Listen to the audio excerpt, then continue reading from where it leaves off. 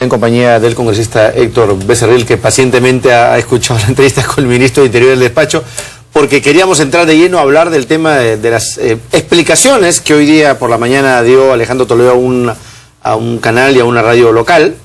Yo decía al principio que me he quedado más confundido que antes, porque tenía algunas premisas que ahora ya no sé qué creer, o de repente es un error en la forma de hablar de Alejandro Toledo, pero no lo he entendido.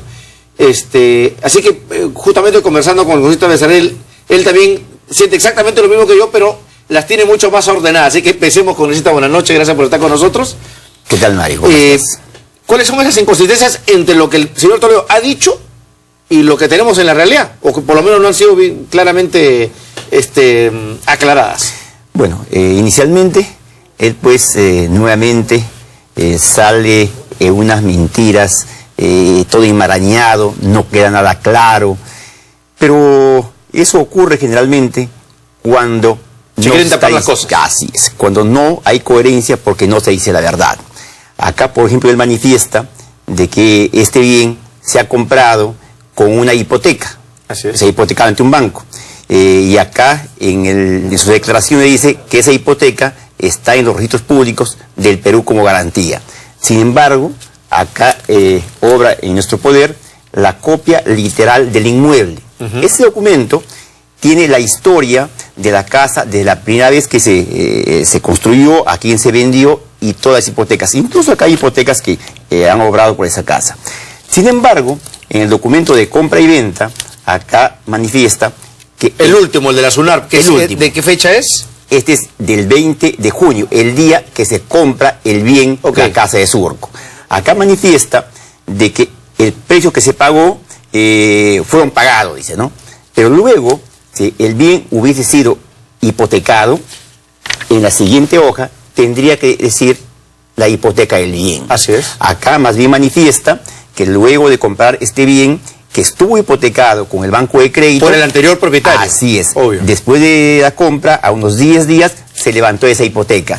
Y más aún, el último documento del historial dice que es una resolución del arrendamiento, que esta casa estaba arrendada a Rain Power.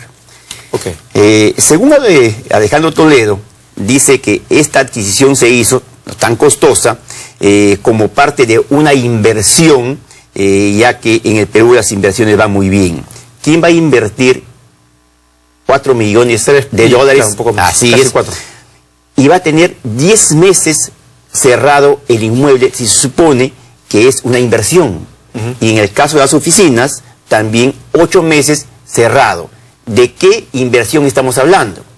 Acá en realidad lo que es claro para nosotros es que hay serios indicios de corrupción y hasta el momento no se demuestra de dónde viene ese dinero. Él incluso dice que en la operación con el banco, los alquileres de ambos inmuebles, el flujo va a garantizar el pago de la hipoteca, lo cual es rarísimo, ¿no? O sea, normalmente la hipoteca claro, es una garantía inmobiliaria, por supuesto, es el bien lo que protege el crédito, pero en realidad también se evalúa la capacidad de pago del deudor.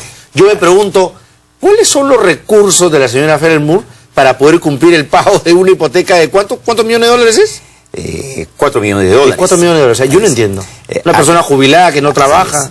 Y recordemos que inicialmente las versiones de Alejandro Toledo, él salió también a explicar y dijo pues que la señora tenía suficiente recursos. Era muy acomodada, fruto de una indemnización por ser víctima del holocausto y además una herencia de 2 matrimonios que enviudó. Ahora dice los pocos recursos que tiene. Total, ¿tuvo muchos recursos o pocos recursos? Claro. Acá hay una telaraña de mentiras que ya Alejandro Toledo siempre nos ha tenido acostumbrados. Y aparece como avales tanto Elian Carp como el señor Mainman, ¿no? Que son aparentemente... O sea, si es verdad lo de la hipoteca, los que están garantizando la hipoteca son esos dos señores. Pero señora, ¿cómo lo va a garantizar? Pero el banco no presta un dinero de ese tipo por el aval que tienes, sino se evalúa primero la capacidad que tiene de la persona que está comprando. Y una señora de 85 años no va a tener pues una capacidad para poder demostrar al banco capacidad de pago, no solamente para la casa de 4 millones, sino aparte también para oficinas de cerca de $1 millón. Estamos hablando de $5 millones. Salvo que esos dos avales personales, los de señora Calvo y el señor Maiman, sean los, en buena cuenta, los que van a asumir la obligación, ¿no es así? Porque en todo caso el señor Maiman tendría que finalmente hacerse cargo de una deuda hipotecaria, finalmente si la porque la quiere mucho la suegra, señor Toledo. Debe ser seguramente, ¿no? Claro. Y ahora entendemos por qué la desesperación cuando el colega Gustavo Rondón, presidente de la Comisión de Fiscalización, viajó a Alemania, por qué la desesperación del colega Mariano Portugal, que además de ser militante del Partido Perú Posible, es vocero. ¿Por qué la desesperación para que la Comisión de Fiscalización no solicite facultades de comisión investigadora? La semana pasada, cuando se frustró se violaron todos los reglamentos del Congreso.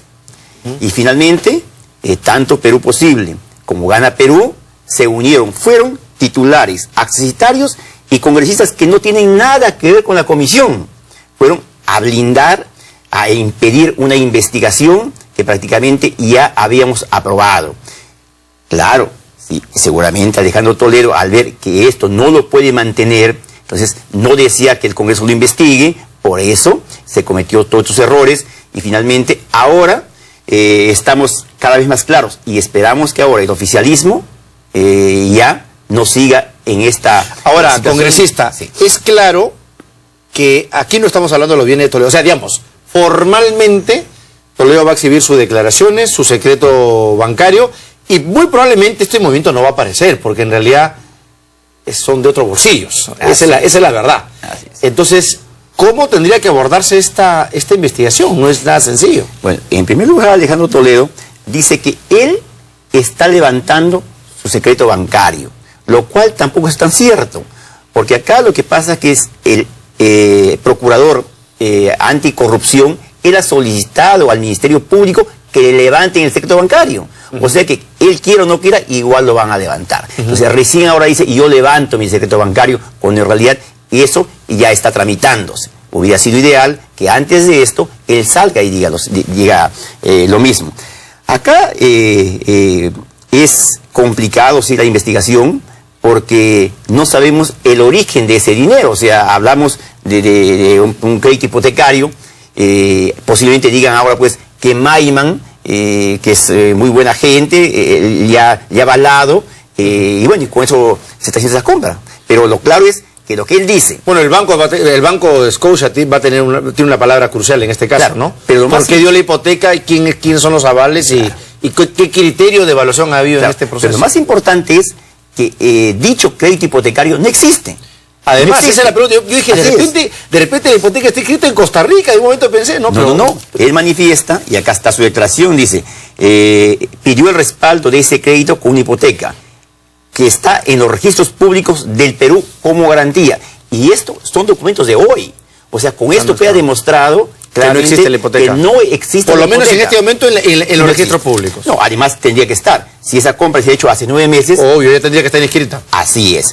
Entonces, esos 3 millones, supuestamente, que le han prestado en forma hipotecaria, tiene que demostrarse de dónde vino, porque no es un crédito hipotecario. De repente, no sé, al doctor Ferrero lo hemos ido a entrevistar para que nos explique, lo traduzca, porque la verdad, yo me he quedado honestamente confundido con esto, se lo voy a decir, además preocupado, porque pensé que la explicación iba a ser una cosa mucho más consistente, pero me han dejado más dudas. Ahora, ¿cree usted que el gobierno vaya a blindar nuevamente a Alejandro Toledo? Porque la vez pasada fue un blindaje El temor contundente, ¿no? El temor que hay acá es, y al contrario de lo que dice Freyo Tarla, que es de que el fujimorismo está tratando de que se investigue para que no haya más candidatos. Yo creo acá, es una presión personal, de que el gobierno más bien está tratando de hacer esta investigación. ¿Para qué?